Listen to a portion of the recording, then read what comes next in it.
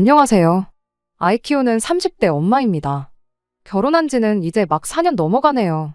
시어머니와의 문제 때문에 매번 고생이었는데 이번 기회에 아주 제대로 해결을 받네요. 역시 말은 함부로 하는 게 아닌가 봅니다. 해결을 받다는 게 시어머니랑 극적으로 화해를 했다는 말은 아닙니다. 말 그대로 상황이 괜찮아진 거고 덕분에 저는 속이 다 후련하네요. 남편과는 3년 연애하고 결혼했습니다. 연애를 참 재밌게 했어요. 각자의 지인들 소개로 만나 연애를 시작하게 되었는데 우연찮게도 사는 곳이 정말 가까웠거든요. 두 사람 다 취직 후에 직장 생활 시작하면서 자취를 하게 되었는데 그쪽이 아무래도 혼자 사는 직장인들이 많이 밀집해 있는 지역이다 보니 그랬던 것 같아요. 주변에 지하철역 하나 있는데 회사 쪽으로 가는 방향도 똑같아서 아침 일찍부터 만나서 같이 출근을 했고 퇴근할 때도 시간이 맞으면 지하철에서 만나 집에 같이 돌아오고 했습니다. 퇴근길에 근처에서 식사도 하고 날 더우면 맥주도 한 잔씩 하고 그랬다 보니 동네 사람들 중 몇 분은 저희가 이미 결혼한 사이로 알고 있는 사람들도 있었어요. 가깝게 살면서 자주 보다 보니 그만큼 싸우는 일도 많았지만 단점보다는 장점이 더 많은 사람이었습니다. 남편은 자기 의견 확실히 말하고 싶은 게 있으면 말하고 자기가 잘못한 게 있으면 확실하게 자기 잘못 인정하고 사과하는 그런 사람이었어요. 그리고 언젠가부터 이런 사람을 두고 1등 신랑감이라고 하는구나 하는 생각이 들더라고요. 이심이면 전심이랬나 그때쯤 남편이 저한테 결혼하자고 청혼을 해왔어요. 주변 반응도 결혼 소식이 너무 늦게 나온 게 아니냐는 반응이었어요. 그러던 와중에 제 친한 친구 중에 결혼을 엄청 일찍 한 친구가 있었는데 반년 못해도 한 달 정도는 같이 살아보고 결혼을 정하는 게 좋다는 조언 아닌 조언을 해왔습니다.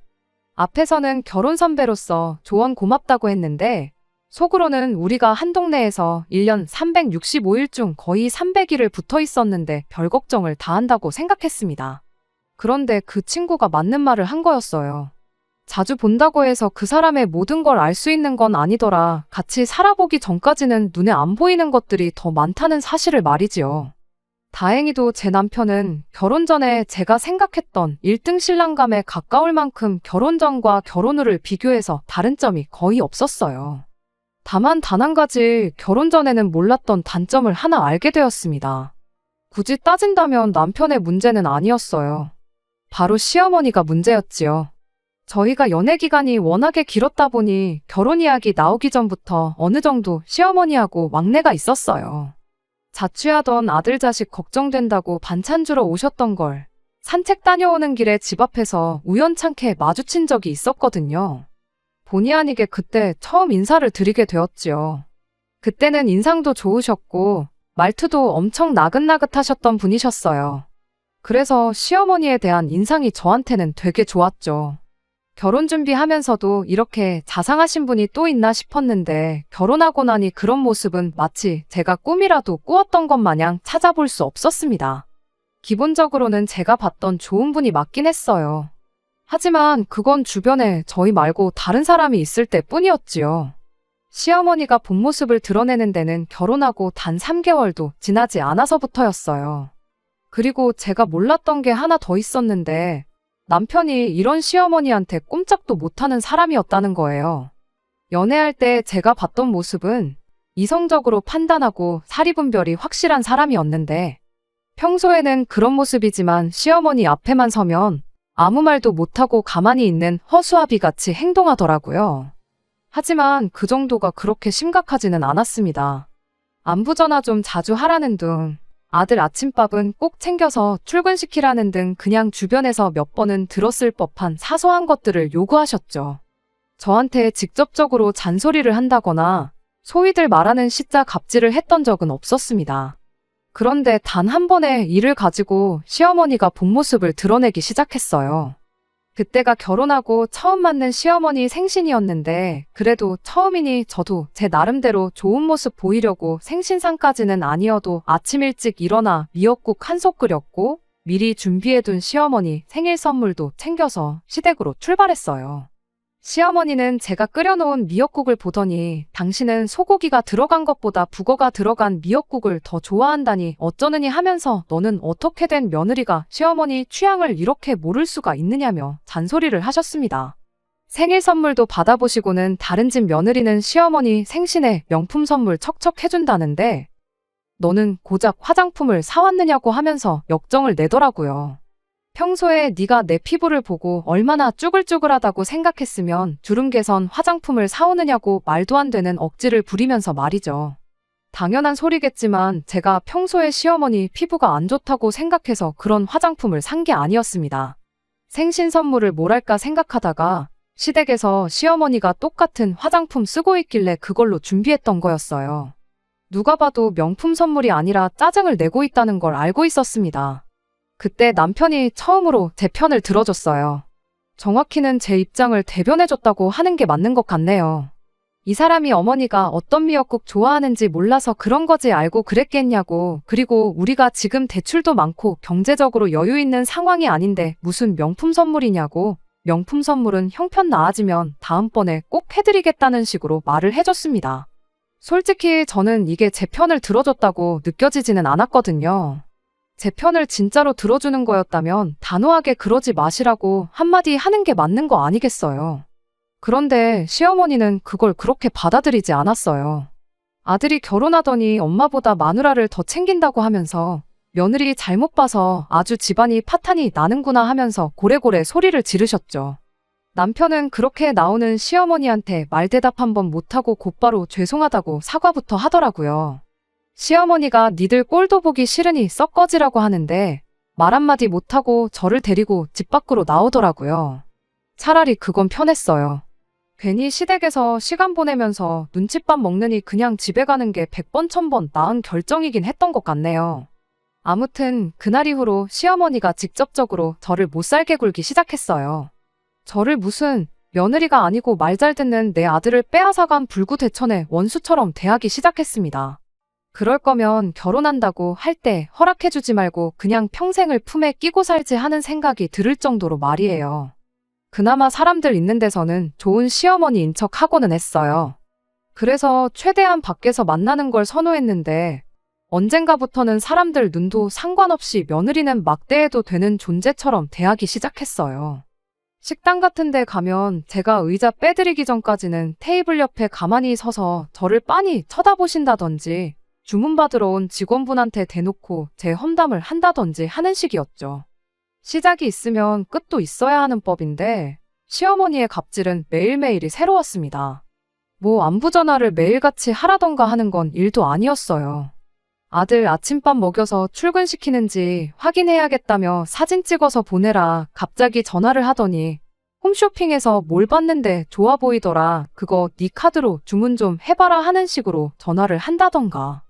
매일같이 레파토리가 무궁무진하게 바뀌었고 저는 저대로 그런 시어머니를 감당하기 힘들었습니다. 남편은 제가 속수무책으로 당하는 걸 지켜보고만 있었어요. 처음에 자기가 제 편을 들어서 어머니가 저러시는 거 아니겠냐고 조만간 저러다 마실 테니 화 풀릴 때까지 가만히 있는 게 제일 좋은 방법 아니겠냐고 하면서요. 괜히 또 시어머니한테 그러지 좀 말라고 한마디 했다가 괴롭힘만 더 심해지는 거 아니겠냐고 하는데 저한테 그러지 좀 말라고 하는 게 그렇게 힘든 일인가 싶었습니다. 그러다 남편이 어머니한테 거역 못하는 진짜 이유를 알게 되었어요. 남편이 어릴 적에 엄청 산만한 아이였다고 하더라고요. 그날도 바닥에 뭔가 반짝이는 게 보인 것 같아서 주변을 확인하지도 않고 길 가다 말고 차도 쪽으로 갑자기 방향을 틀었답니다. 반대쪽에서는 차가 오고 있었는데 그때 시어머니가 몸을 던져서 남편 대신 차에 치이셨다고 하더라고요. 다행히도 차가 쌩쌩 달리는 대로변이 아니었다 보니 큰 부상은 아니었다지만 병원에 며칠간 입원을 하셨어야 했대요. 남편은 어린 마음에 자기 때문에 엄마가 죽게 생겼다면서 며칠 동안 펑펑 울었다네요. 그때부터 산만한 습관도 고쳤다고 하고요. 아무튼 시어머니가 그때 다치는 바람에 발을 지금도 조금씩 절고 계시답니다. 솔직히 저는 그 정도로 큰 부상을 가지고 계시는지 못 느낄 정도이긴 했지만 말이에요. 그래도 자식 위해서 앞뒤 가리지 않고 차도로 몸을 던진 건 참 대단한 일인 건 저도 인정하는 부분입니다. 그때 발을 다치신 건 다치신 것 나름이고 다른 이유가 하나 더 있었어요. 그건 바로 아버님의 부재였습니다. 남편이 대학교 들어갈 때쯤 아버님이 병으로 일찍 돌아가셨다고 해요. 그런데 남편 학교가 지방에 있는 학교였다 보니 아버님이 돌아가셔서 어머님이 힘들어하는 가운데 곁에 못 있어드린 게 늘 죄송스러웠다네요. 대학교에, 군대에, 남편의 20대 초반은 항상 어머니와 떨어져 지내야 하는 일들 뿐이었고 거기에 취직하면서 자취를 시작하게 되었으니 어머니가 평소에도 얼마나 외로우셨겠냐며 혼자 지내시는 어머니 마음 쓰게 하거나 기분 상하게 하는 일은 하고 싶지 않아 하던 게 언젠가부터는 당연한 것처럼 돼버렸던 거예요. 그런 비하인드 스토리가 있는진 몰랐지만 한편으로는 시어머니가 그렇게 애지중지하는 아들한테 저한테 하듯이 행동하신 적은 한 번도 없었을 테고 직접 당해본 적도 없으면서 무작정 참으라고 하는 게 참 속편한 소리 하고 있구나 싶었네요. 의도한 건 아닌데 출퇴근이 수월하다는 이유로 신혼집을 시댁에서 엄청 가깝게 구한 게 정말 낭패다 싶었어요. 주말이면 시어머니가 저희 집에 찾아오거나 아니면 저희가 찾아가거나 해야 했거든요. 말씀드렸다시피 결혼 전만 해도 연애랑 결혼은 다른 이야기다 하는 말에 그건 말도 안 되는 소리다 하던 저였는데 이제는 생각이 완전히 바뀌어 버렸어요. 암만 가깝게 지냈어도 최소 1년은 같이 살아보지 않은 이상은 모르는 거다. 1년을 같이 살았다고 해도 사람이 작정하고 숨기면 알아낼 방도가 없다 하고요. 아무튼 그래도 늘 시어머니의 기분만 생각하면서 말을 하던 남편이 변하게 되는 계기가 있었습니다. 계획된 건 아니었지만 제가 아이를 갖게 되었거든요. 원래는 신혼생활 즐기고 돈도 좀 모으고 나서 가질 계획이었는데 그래도 저희 인생 계획은 조금 틀어지긴 했지만 결과적으로는 아이 일찍 가진 게 참 잘한 일이 되었습니다. 제가 임신 중이건 말건 시어머니는 저희 집을 아주 자기 집처럼 드나들었어요. 한참 마음의 평정을 유지해야 할 때 제가 받는 스트레스는 여전했고 어머니한테 거역 못하겠으니 저보고 참으라던 남편의 반응도 여전했습니다. 보통 시어머니가 저희 집에 오시면 그냥 가는 법이 없었어요. 어떻게든 흠 하나 잡아서 한마디 하고 가셨거든요. 냉장고에 야채라도 하나 시들어 있으면 그날은 아주 귀해서 진물이 나올 정도로 잔소리를 들어야 했습니다. 그날도 똑같았어요. 아마 유튜브 같은 데서 두부 가지고 무슨 음식을 하는 영상을 보고 얼마 지나서였던 것 같아요. 엄청 간단해 보이고 맛도 좋을 것 같아서 그날 퇴근길에 동네에 있는 슈퍼마켓에서 두부 한 모를 사왔습니다. 직장 다니며 맞벌이 하시는 주부님들은 공감하시는 분들도 있을 것 같은데 그날 집에 재료를 공수해왔다고 해서 혹은 재료가 이미 있다고 해서 그날 꼭 그 재료에 관련된 음식을 해먹는 건 아니잖아요. 두부를 사가지고 온 그날도 막상 집에 도착하니까 배도 별로 안 고프고 몸은 피곤해서 그냥 냉장고에 정리만 해놓고 내일 해 먹어야지 하고 미루게 되었어요. 다음 날도 피곤한 건 마찬가지. 내일 해 먹어야지. 내일 해 먹어야지. 그러다 언젠가부터는 냉장고에 있는 두부는 신경을 안 쓰게 돼버리는 거죠. 그 두부를 시어머니가 발견한 거예요. 날짜가 며칠이나 지나 있으니까 아주 너 잘 걸렸다는 식으로 잔소리를 떠벌떠벌 늘어놓기 시작했습니다.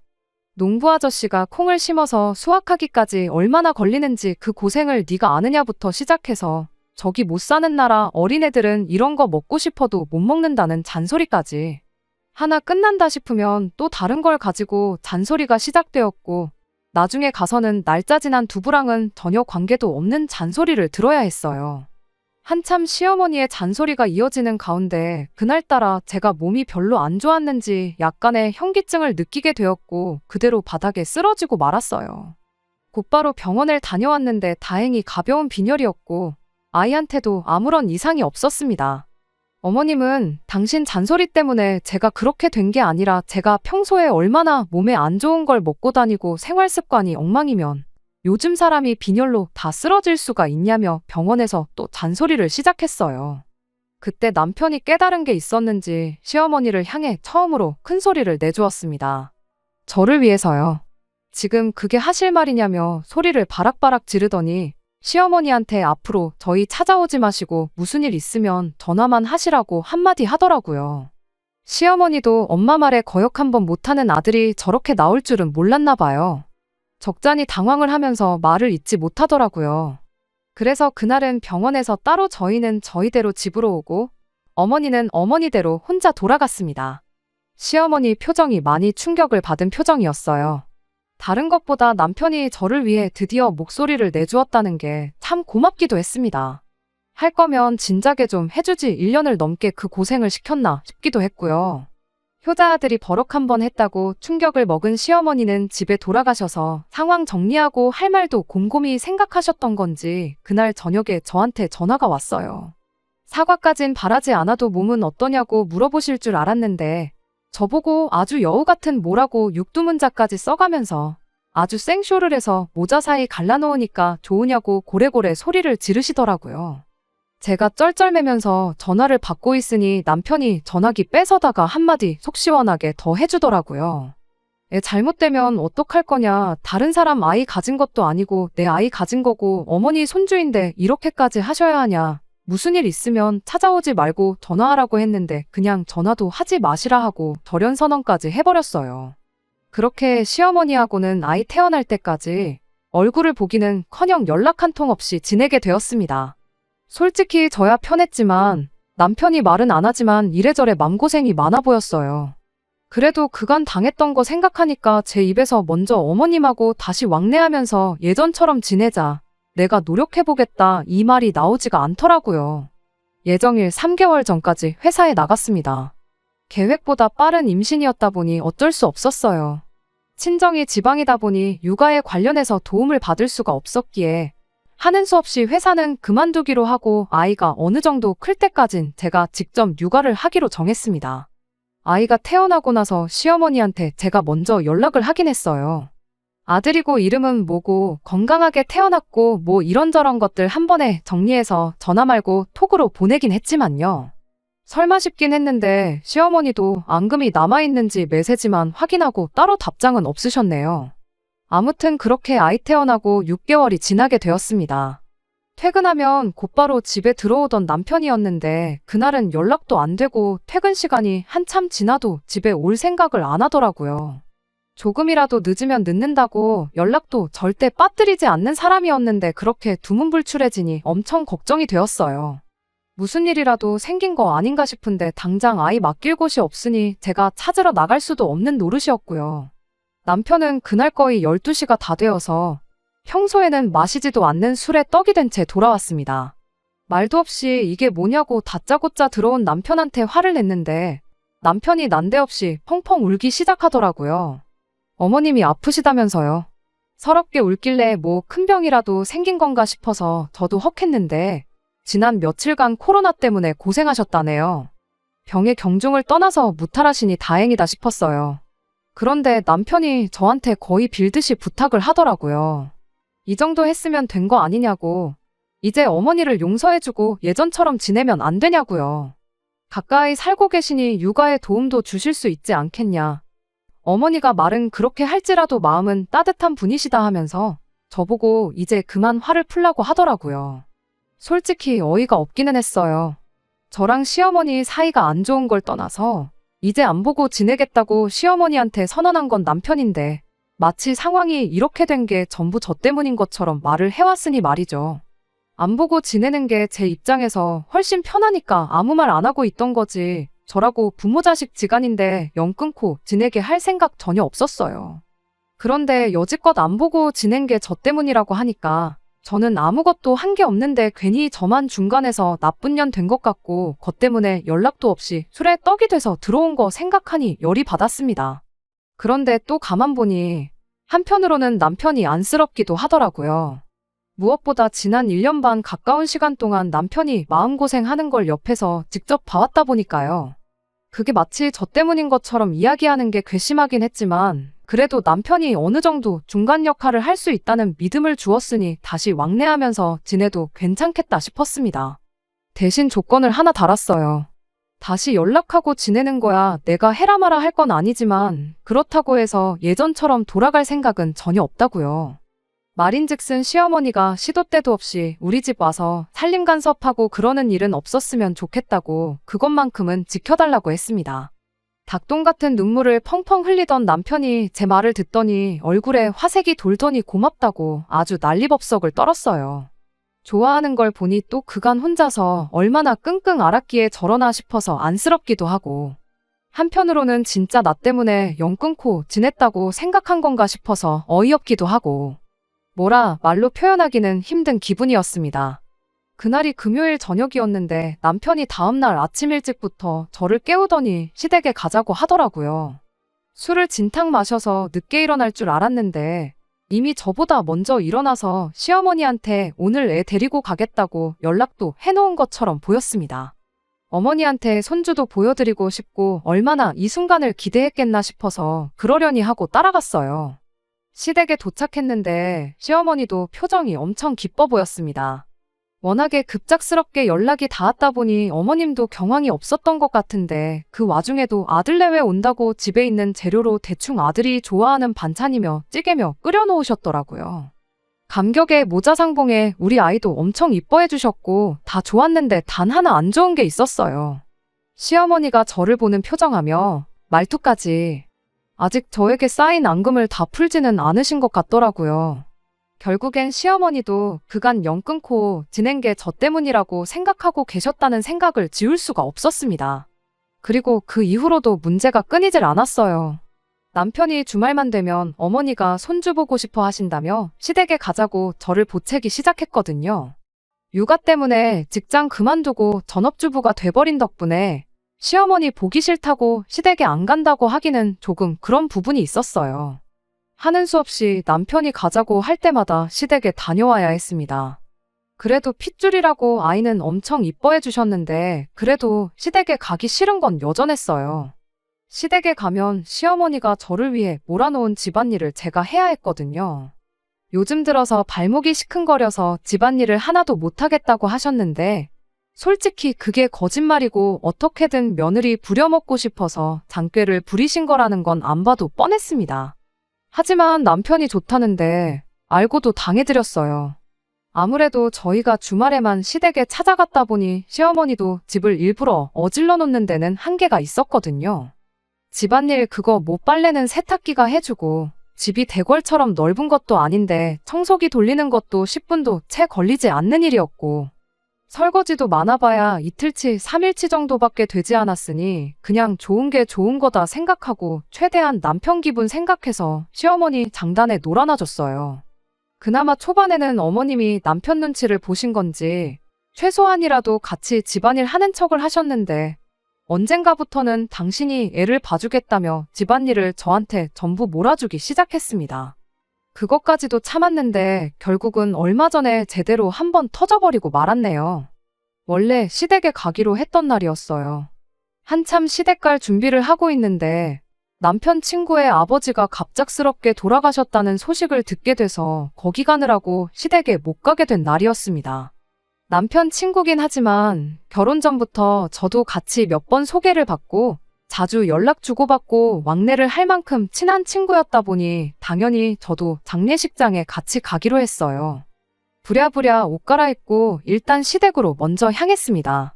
시댁에 도착해서 어머님한테 아이만 맡겨놓고 바로 장례식장으로 출발할 생각이었어요. 그런데 시어머니가 너는 어딜 가냐며 저를 붙잡더라고요. 그동안은 발목 핑계를 대면서 아파서 못했다고 변명이라도 하셨는데 그날은 아주 단도직입적으로 말을 하시더라고요. 너 온다고 집 청소고 설거지고 빨래고 하나도 안 해놨는데 그냥 가면 어떡하냐고. 아들 친구 아버지 장례식장에 너까지 갈 필요가 뭐가 있냐면서 너는 남아서 집안일을 하라며 저를 붙잡더군요. 남편은 차에서 기다리고 있던 상황이었고 시어머니는 도통 저를 놓아줄 것 같지 않아서 남편만 먼저 출발시켰네요. 저는 나중에 택시 타고 가던지 하겠다고 했고요. 시어머니가 밀어놓은 집안일이야 아무리 오래 걸려도 늘 1시간 정도면 끝냈으니 뭐 어려울 게 있겠나 싶었어요. 아이는 잠들어 있는 상황이었던 터라 시어머니가 따로 아이를 봐줄 필요도 없었어서 어머님한테 설거지만 도와주시면 제가 다른 건 다 해놓겠다고 했어요. 그런데 시어머니가 아주 며느리가 시어머니를 부려먹으려 든다면서 짜증을 내더라고요. 그게 아니고 장례식 간다고 정장을 입고 있던 터라 괜히 옷이 더러워질 수도 있으니 그거 하나만 부탁드리는 거라고 좋게 설명했어요. 시어머니는 제 말은 들은 채도 안 하고 잘 자고 있는 아이를 깨우더니 나는 애 봐야 하니까 네가 다 하라고 억지를 부리기 시작했죠. 어이가 없었지만 거기까지도 참아냈고 그럼 갈아입을 옷이라도 빌려달라고 했어요. 그랬더니 시어머니가 퉁명스럽게 이 집에 나랑 너밖에 없는데 뭐 그런 걸 따지냐고 그냥 설거지하는 동안만 홀딱 벗고 있으면 되는 거 아니냐. 내 옷을 너한테 빌려주고 싶지 않다고 대답하더군요. 그때 제 인내심이 뚝 하고 끊어졌어요. 어머님 지금 뭐 하시는 거냐? 저랑 장난하시는 거냐고. 어린애같이 굴지 좀 마시라 대놓고 한마디 해버렸습니다. 내가 여길 오고 싶어서 오는 줄 아시냐? 남편 얼굴 봐서 주말마다 어거지로 끌려오고 있는 건데 어머님 자꾸 이러시면 얼마 전처럼 그냥 안 보고 지내겠다고 강하게 한마디 했죠. 시어머니는 이런 제 반응을 예상 못했는지 얼음처럼 굳어서 아무 말도 못하고 입만 뻐끔거리고 있었어요. 그 길로 저는 어머님한테서 아이 뺏어다가 그 길로 집에서 나와버렸습니다.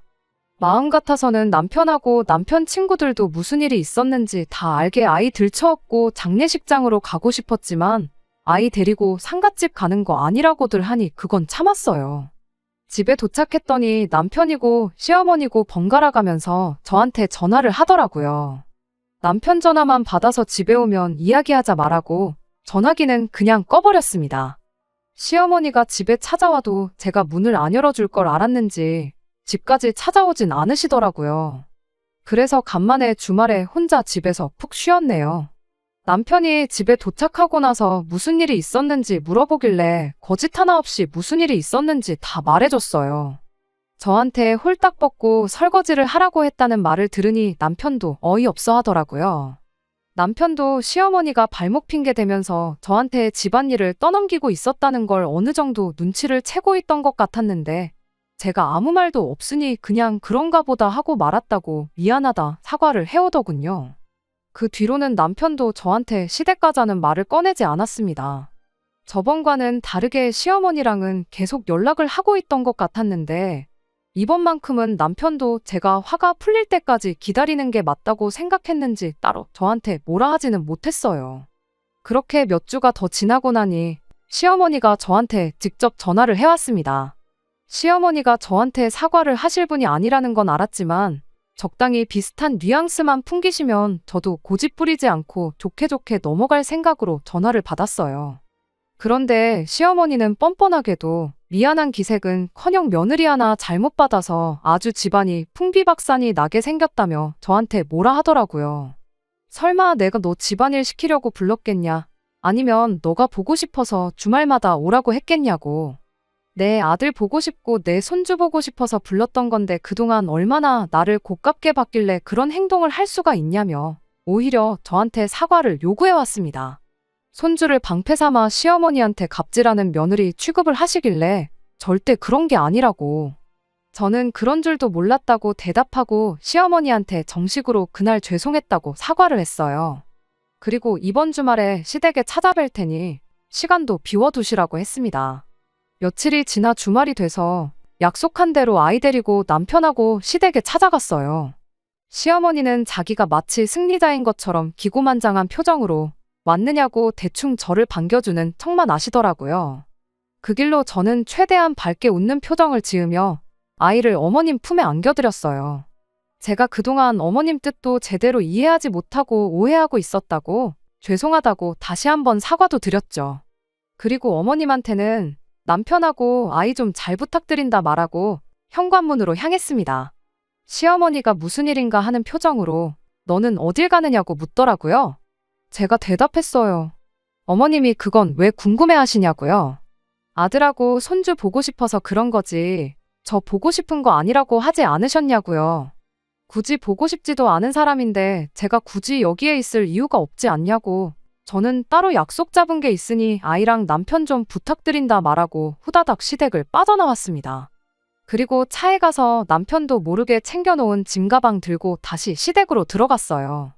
어머님 앞에 가방 내려놓으면서 남편 잘 때 갈아입을 옷이며 내일 갈아입을 옷에 아이한테 필요한 것까지 미리 다 챙겨놓았으니 주말 내내 같이 있으시면 되겠다고 말이죠.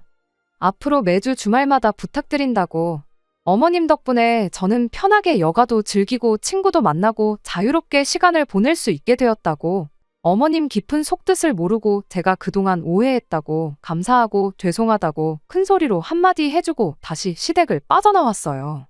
그러고 집 밖을 나오는데 속이 너무 후련하고 발걸음이 그렇게 가벼울 수가 없더라고요. 오랜만에 육아에서 해방돼서 친구들 만나고 수다도 떨고 하니까 그렇게 좋을 수가 없었네요. 남편도 저한테 지은 죄가 있으니 최대한 협조해줬어요. 약속한 대로 다음날 돼서 집에 돌아왔어요. 어머님 반응이 어땠느냐 물으니 그래도 당신 뱉은 말이 있으니 티는 내지 않으시려고 하는 것 같더라고 하길래 그 길로 어머님한테 전화드려서 다시 한번 어머님 때문에 여가도 보내고 오랜만에 좋았다고, 저는 다음 명절 때나 어머님 생신 때 되면 찾아뵐 테니 다음 주도 잘 부탁드린다고 시원하게 한 번 더 긁어드렸습니다. 그 뒤로 매주 주말만 되면 남편하고 아이 시댁에 보내놓고 육아에서 해방된 저의 삶을 즐기고 있어요. 혼자 취미도 즐기고 친구들 만나 여가도 즐기고 너무 좋네요. 비록 시어머니하고 관계는 나아지지 않겠지만 뭐 어떤가요? 고부관계가 어느 한쪽이 일방적으로 맞춰주기만 한다고 정상이 되는 게 아니란 걸 깨달았는데 어머님이 먼저 양보해주기 전까지는 저도 절대 양보 안 하려고요. 끝까지 들어주셔서 감사합니다. 오늘의 사연은 여기까지입니다. 구독과 좋아요, 알람 설정 부탁드리고 더 좋은 사연으로 다시 찾아뵙겠습니다. 감사합니다.